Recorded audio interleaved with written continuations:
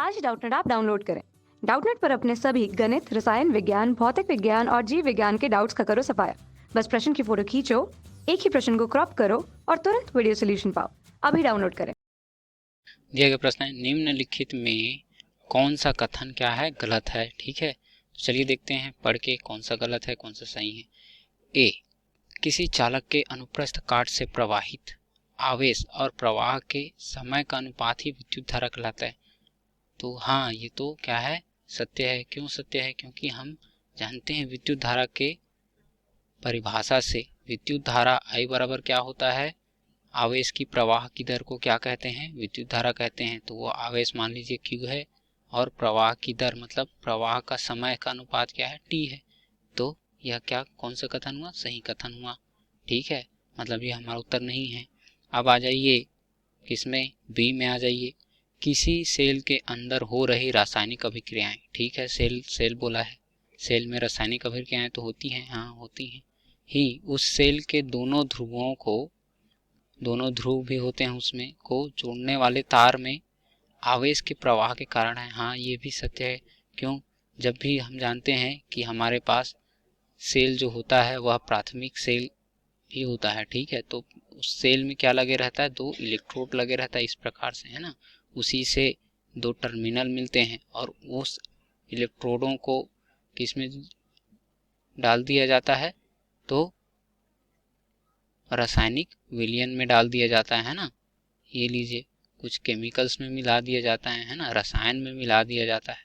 अब यही रसायन जो है रासायनिक अभिक्रिया करके क्या करती हैं, उसे आवेश प्रवाह के कारण बनती है, मतलब आवेश प्रवाह करती है किसी भी विद्युत परिपथ को। तो यह भी सत्य है।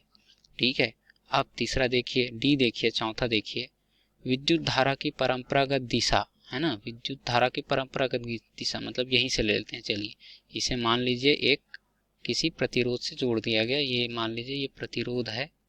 ठीक है, और इसे हमने बैटरी से ऐसे करके हमने जोड़ दिया, लीजिए ऐसा।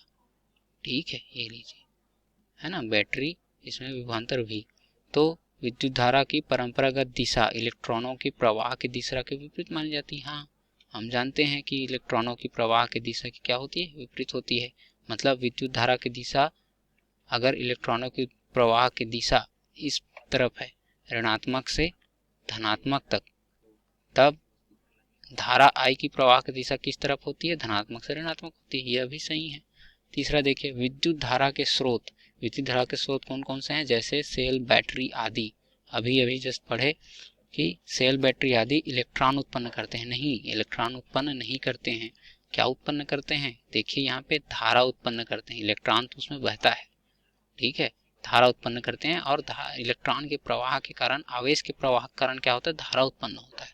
ठीक है ना, कि इलेक्ट्रॉन उत्पन्न होता है। इलेक्ट्रॉन तो इसमें होता है किसमें, रसायनों में, और यह सिर्फ क्या करता है, गति करता है एक टर्मिनल से दूसरे टर्मिनल पर। लेकिन धारा जो है प्रवाह होती है, धारा उत्पन्न होता है। यहाँ पे क्या होता है, विद्युत वाहक बल धारा भी उत्पन्न करता है तथा विद्युत वाहक बल प्रदान करता है। ठीक है, विद्युत वाहक बल प्रदान करता है, जिससे वह दूसरे स्रोतों को चलाने में सहायता करता है। तो यह कथन क्या हुआ, गलत हुआ। ठीक है, इसमें धारा भी मिलता है, हमें विद्युत धारा मिलता है ना, तथा विद्युत वाहक बल के रूप में मिलता है। यहाँ पे देख सकते हैं, ये जो है विद्युत वाहक बल EMF कहलाता है, और यहीं से हमें धारा मिलता है।